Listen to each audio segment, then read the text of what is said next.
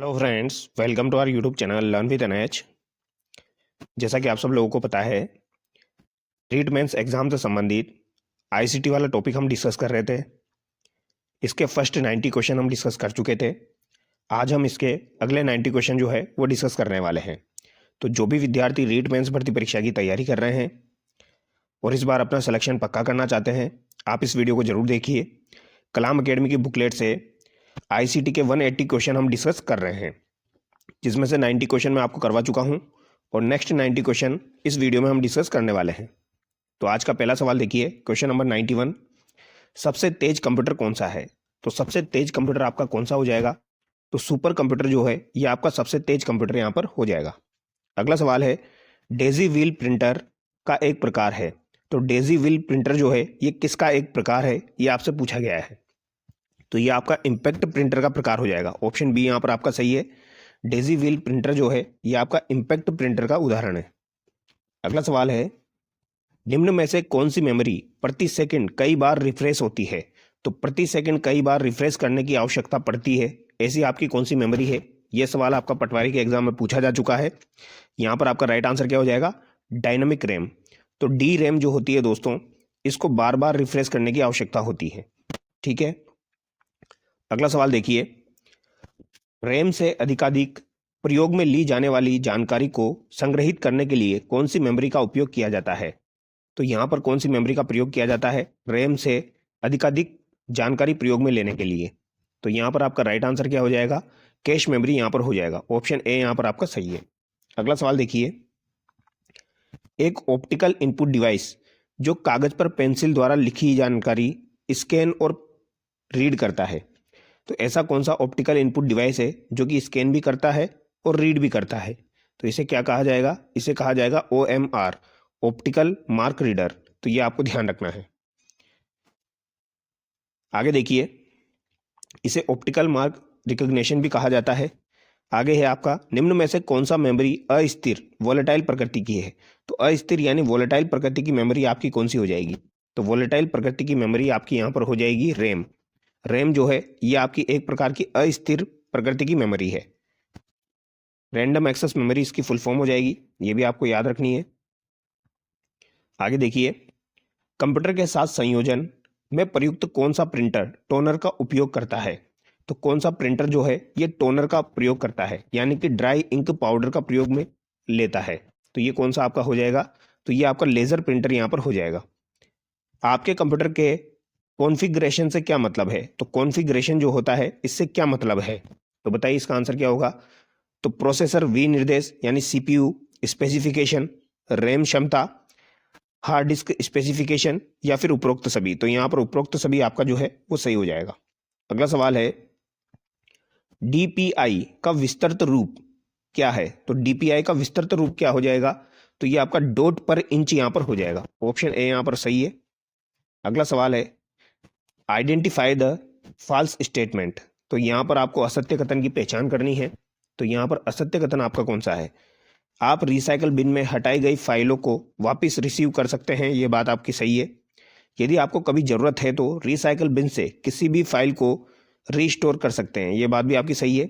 आप recycle bin में फाइलें भेजकर डिस्क की रिक्त स्थान को बढ़ा सकते हैं, ये बात यहां पर आपकी गलत हो जाएगी। आप राइट क्लिक कर सकते हैं और एम्पटी रिसाइकल बिन को चुनकर एक बार में रिसाइकल बिन को साफ क्लीन कर सकते हैं, तो ये बात भी आपकी सही है। यहां पर सी आपका गलत हो जाएगा। निम्न में से कौन सा operating system graphical user interface यानी GUI का एक उदाहरण नहीं है? तो GUI का एक उदाहरण यहां पर कौन सा नहीं है? यह सवाल काफी बार एग्जाम में पूछा जाता है।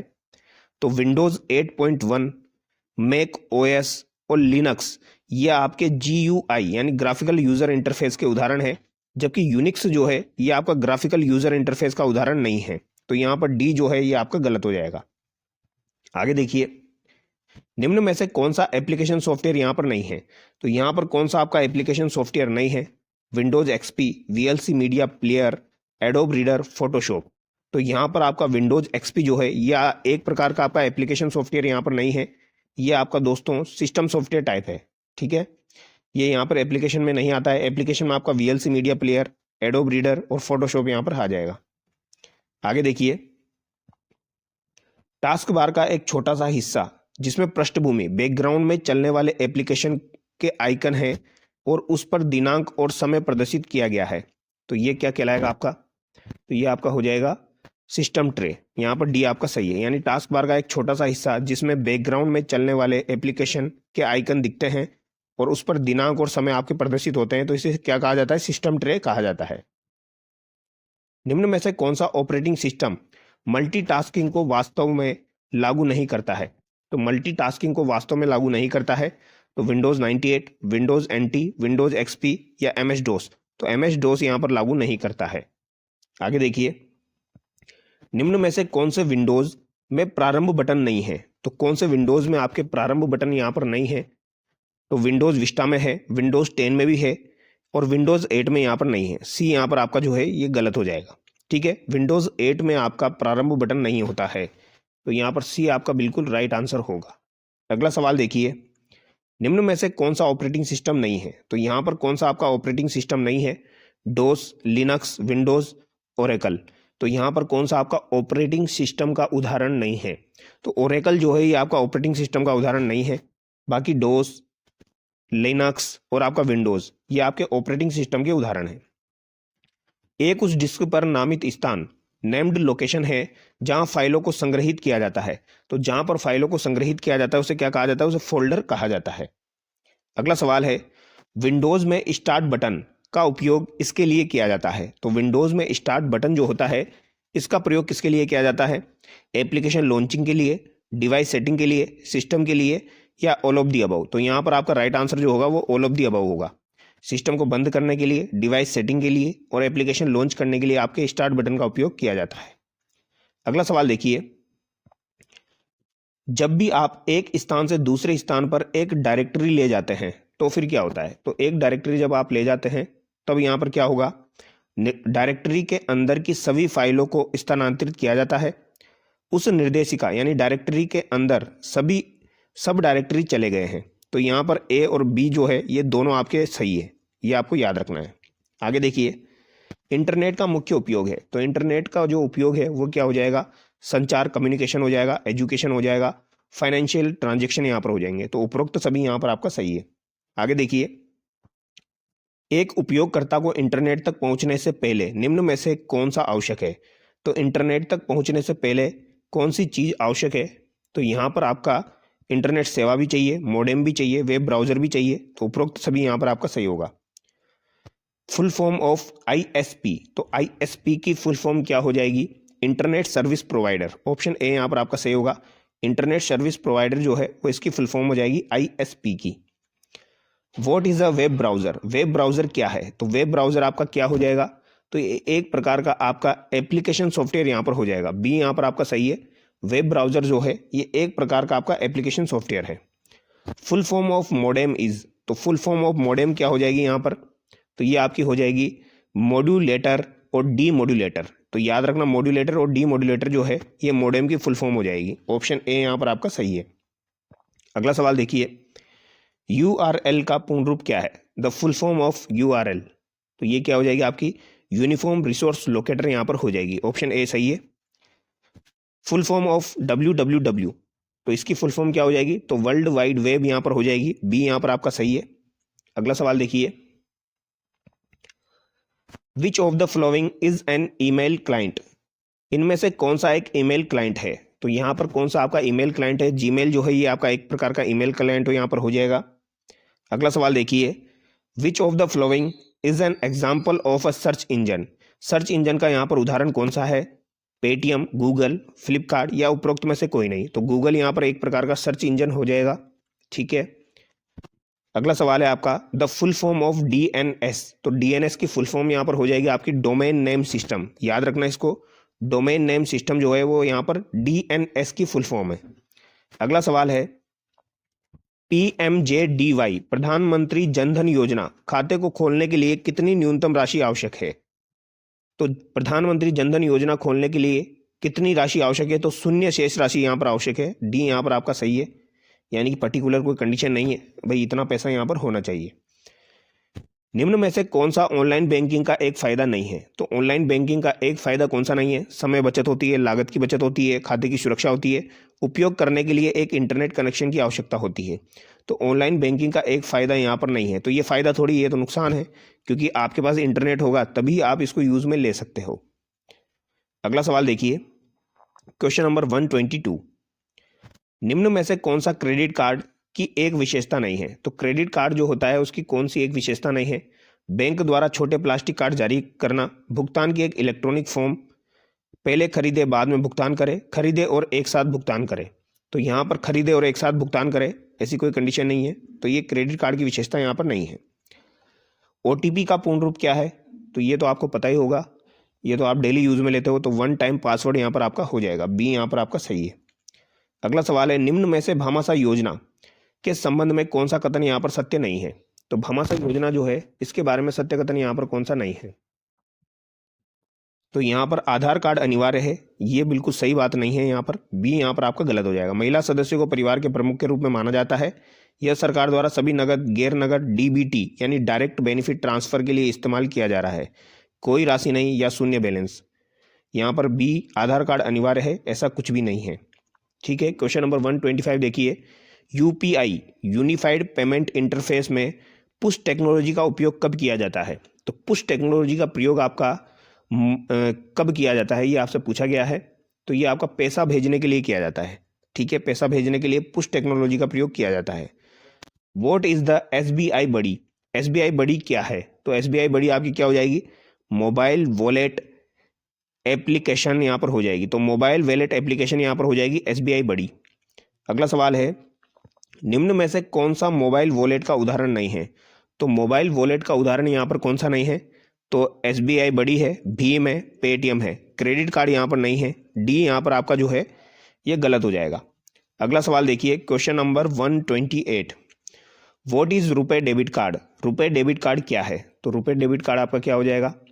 तो ये यहाँ पर हो जाएगा घरेलू डेबिट कार्ड हो सकता है, भारत के राष्ट्रीय भुगतान एनपीसीआई द्वारा प्रस्तुत किया गया कार्ड है, सभी एटीएम और पीओएस मशीनों द्वारा स्वीकृत कार्ड है। उपरोक्त तो सभी यहाँ पर आपका सही है।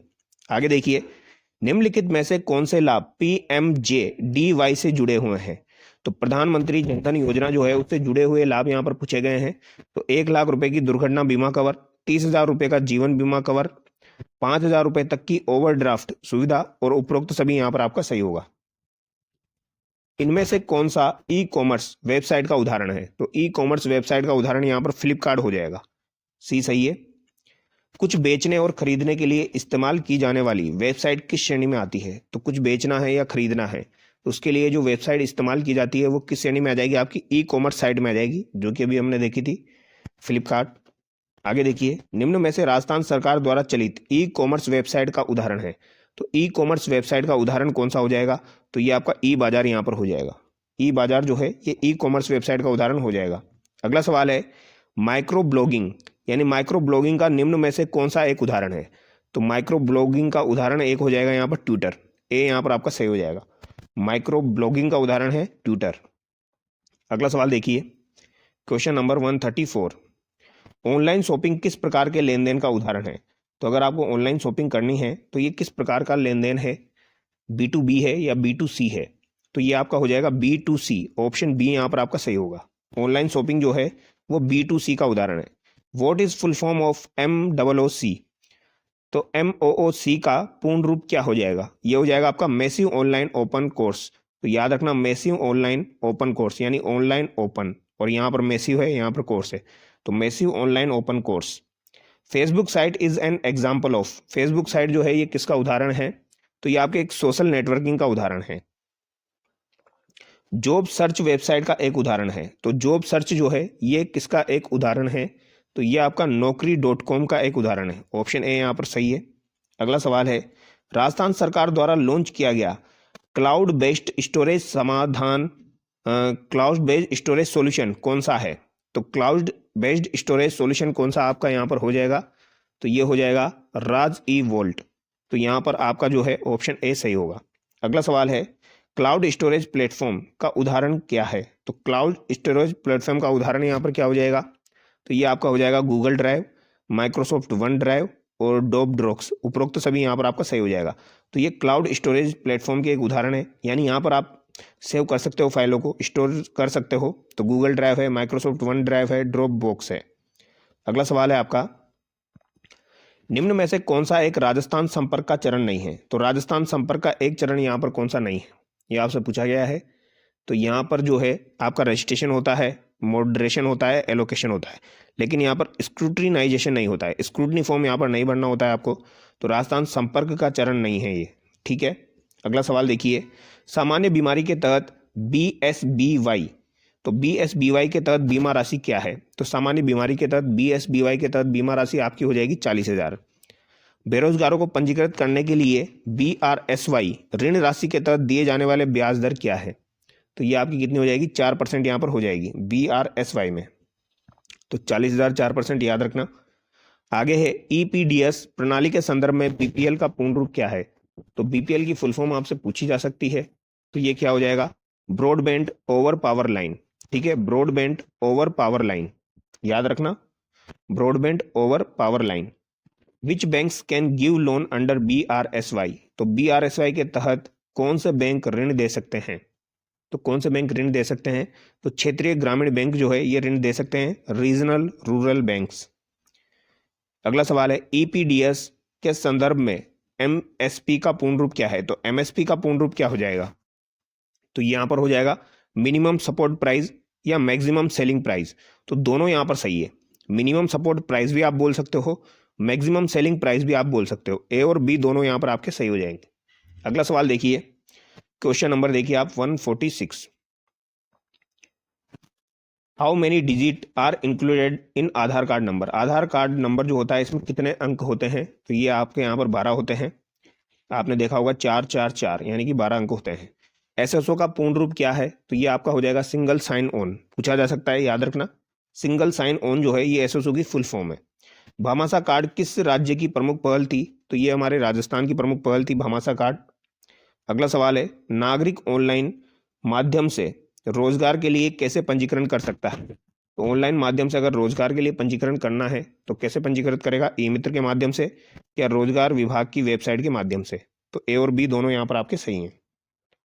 SSO के तहत एक नागरिक पंजीकरण कैसे कर सकता है? तो SSO के तहत एक नागरिक पंजीकरण आधार कार्ड नंबर के जरिए या फिर भामाशाह क्रमांक के जरिए पंजीकृत कर सकता है। आगे देखिए, निम्न में से किसके द्वारा एक नागरिक राजस्थान संपर्क द्वारा शिकायत दर्ज कर सकता है? तो कोई नागरिक है तो राजस्थान संपर्क द्वारा शिकायत कैसे दर्ज कर सकता है? तो ये आपका टोल फ्री नंबर से कर सकता है, राजस्थान संपर्क पोर्टल से कर सकता है, या फिर राजस्थान संपर्क मोबाइल एप्लीकेशन से भी कर सकता है। उपरोक्त सभी यहाँ पर आपका सही है। अगला सवाल है, EPDS का विस्तृत नाम क्या है? तो EPDS की फुल फॉर्म यहाँ पर पूछी गई है, तो बताइए। जैसे EPDS की फुल फॉर्म यहाँ पर पूछी गई है, ये क्या आपकी हो जाएगी? तो ये यहाँ पर हो जाएगी आपकी ई पेमेंट डिस्ट्रीब्यूशन सिस्टम। तो ई पेमेंट डिस्ट्रीब्यूशन सिस्टम जो है वो यहाँ पर इसकी फुल फॉर्म है। अगला सवाल है, नागरिक ऑनलाइन माध्यम से विश्वविद्यालय के शुल्क का भुगतान कैसे कर सकते हैं? तो नागरिक ऑनलाइन माध्यम से विश्वविद्यालय के शुल्क का भुगतान कैसे कर सकते हैं, ये आपको बताना है। तो ये आपके ई मित्र के माध्यम से, single sign on SSO ID के माध्यम से, यूनिवर्सिटी पोर्टल के माध्यम से। उपरोक्त सभी यहाँ पर आपका सही है। SSO यानी सिंगल साइन ऑन का उद्देश्य क्या है? तो SSO का उद्देश्य आपका क्या हो जाएगा? तो सहायक डेस्क लागत को कम करे, reduce help desk cost, improve customer satisfaction, और यहाँ पर हो जाएगा उत्पादकता को बढ़ा देना, यानी बूस्ट द प्रोडक्टिविटी। उपरोक्त सभी यहाँ पर आपका सही है। अगला सवाल है, निम्न में से कौन से प्राधिकरण ने आधार कार्ड जारी किया? तो आधार कार्ड किसके द्वारा जारी किया गया पूछा जाता है, तो ये आपका UIDAI के द्वारा जारी किया गया, याद रखना UIDAI। नया पैन आवेदन भरने के लिए नीचे दिए गए फॉर्म में से कौन सा फॉर्म आवश्यक है? तो नया पैन आवेदन आपको भरना है तो कौन सा फॉर्म भरा जाता है? तो फॉर्म 49A यहाँ पर भरा जाता है। कौन सा? 49A। UIDAI की फुल फॉर्म क्या है? तो बताइए भैया, ये हो जाएगा आपकी भारतीय विशिष्ट पहचान प्राधिकरण, unique identification authority of India. याद रखना UIDAI जो है ये आधार कार्ड जारी करता है, इसकी फुल फॉर्म पूछी जा सकती है। तो unique identification authority of India, याद रखना, ठीक है, unique identification authority of India. What is meant by PSK in the context of passport application? Passport आवेदन के संदर्भ में पीएसके का मतलब है, तो पीएसके का मतलब हो जाएगा पासपोर्ट सेवा केंद्र, यानी पासपोर्ट सर्विस सेंटर जो है वो इसकी फुल फॉर्म यहां पर हो जाएगी। क्वेश्चन नंबर 159 देखिए, भारतीय रेलवे, इंडियन रेल या फिर आईआरसीटीसी के संदर्भ में पीएनआर क्या है? तो पीएनआर नंबर आपको जारी होते हैं जब आप टिकट बुक करते हो, तो ये क्या हो जाएंगे? पैसेंजर नेम कोड यहां पर हो जाएगा, passenger name record. What is the EPIC in the context of national voter service portal, यानी राष्ट्रीय मतदाता सेवा पोर्टल के संदर्भ में ईपीआईसी क्या है? तो ईपीआईसी क्या हो जाएगा? चुनाव फोटो पहचान पत्र यहां पर हो जाएगा।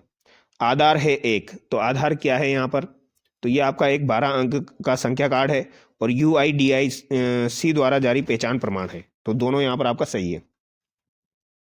आईआरसीटीसी एमएमएस सेवा यानी आईआरसीटीसी एसएमएस सर्विस किस नंबर पर उपलब्ध है? तो ये किस नंबर पर आपकी उपलब्ध है? तो ये आपकी 139 पर उपलब्ध है। टीडीएस के लिए पूर्ण रूप क्या हो जाएगा? टीडीएस की फुल फॉर्म यहाँ पर हो जाएगी टेक्स्ट डिडक्ट एट सोर्स। तो टेक्स्ट डिडक्ट एट सोर्स जो है वो इसकी फुल फॉर्म है, याद रखना, टेक्स्ट डिडक्टेड एट सोर्स, ये आपकी टीडीएस की फुल फॉर्म है। निम्न में से किस अवसर पर राष्ट्रीय मतदाता सेवा पोर्टल की शुरुआत की गई? तो नेशनल वोटर सर्विस पोर्टल की शुरुआत आपकी किस दिन की गई थी? तो ये आपकी राष्ट्रीय मतदाता दिवस जो कि आपका मनाया जाता है 25 जनवरी को, इस समय की गई थी। निम्न में से कौन सा मोबाइल ओएस नहीं है? तो मोबाइल ओएस यहाँ पर कौन सा नहीं है? तो ये आपका लाइनक्स ओएस जो है ये मोबाइल ओएस नहीं है। एंड्रॉयड है, आईओएस है, विंडोज़ है। लाइनक्स ओएस जो है ये मोबाइल ओएस नहीं है। आगे देखिए 166, जीपीएस की फुल फॉर्म क्या है? तो ये तो आपको पता ही होगा। जीपीएस की फुल फॉर्म हो जाएगी ग्लोबल पोजिशनिंग सिस्टम, याद रखना, ग्लोबल पोजिशनिंग सिस्टम जो है ये जीपीएस की फुल फॉर्म है। नीचे दिए गए स्क्रीन लॉक में से कौन से स्क्रीन लॉक एंड्रॉयड डिवाइस पर उपलब्ध है? तो लॉक एंड्रॉयड डिवाइस पर उपलब्ध है, पैटर्न है, पिन है, पासवर्ड है, ऊपर के सभी यानी ऑल ऑफ दी अबव। कौन सा ऐप नागरिक के मुद्दों यानी सिटीजन ग्रीवेंसेस को हल करने और समाधान रिलीफ प्रदान करने के लिए बनाया गया है? तो ये कौन सा ऐप बनाया गया है? तो यहाँ पर आपका राज्य संपर्क ऐप जो है ये बनाया गया है। अगला सवाल है, नवीनतम एंड्रॉयड मोबाइल ओएस कौन सा है? तो नवीनतम एंड्रॉयड मोबाइल ओएस आपका कौन सा यहाँ पर हो जाएगा? तो ये हो जाएगा आपका नोगट। नोगट यहाँ पर हो जाएगा नवीनतम एंड्रॉयड मोबाइल ओएस, नोगट। निम्न में से कौन सा एक ओपन सोर्स मोबाइल ओएस है? तो ओपन सोर्स मोबाइल ओएस कौन सा यहाँ पर है?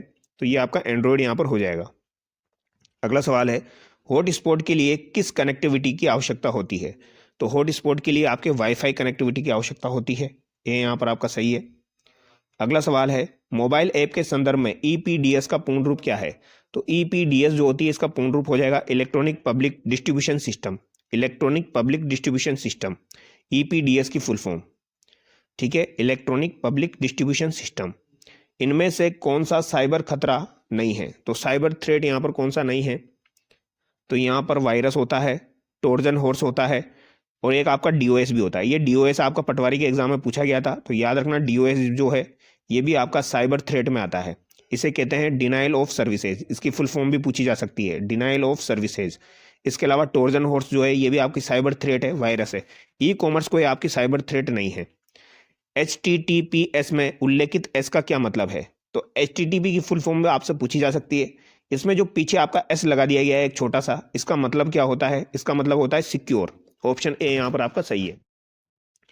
निम्न में से कौन सा मेलिंग शिष्टाचार के रूप में माना जाता है? तो मेलिंग शिष्टाचार के रूप में आपका संक्षिप्त और उचित विषय माना जाता है, ठीक है। ब्रीफ और अप्रोप्रिएट जो आपका सब्जेक्ट है वो माना जाता है। सूचना सुरक्षा प्रबंधन प्रणाली के लिए निम्न में से कौन सी एक iOS मानक स्टैंडर्ड है, यानी ISO स्टैंडर्ड कौन सा यहाँ पर हो जाएगा? तो ये आपका हो जाएगा ISO 27000, ये आपको ध्यान रखना है, ISO 27001 ये यहाँ पर हो जाएगा। अगला सवाल है, भारतीय आईटी अधिनियम यानी आईटी एक्ट 2000 को नियम किस क्षेत्र को नियंत्रित करने के लिए तैयार किए गए? तो आईटी एक्ट 2000 वाला जो है ये सूचना प्रौद्योगिकी यानी इंफॉर्मेशन टेक्नोलॉजी के लिए तैयार किया गया था।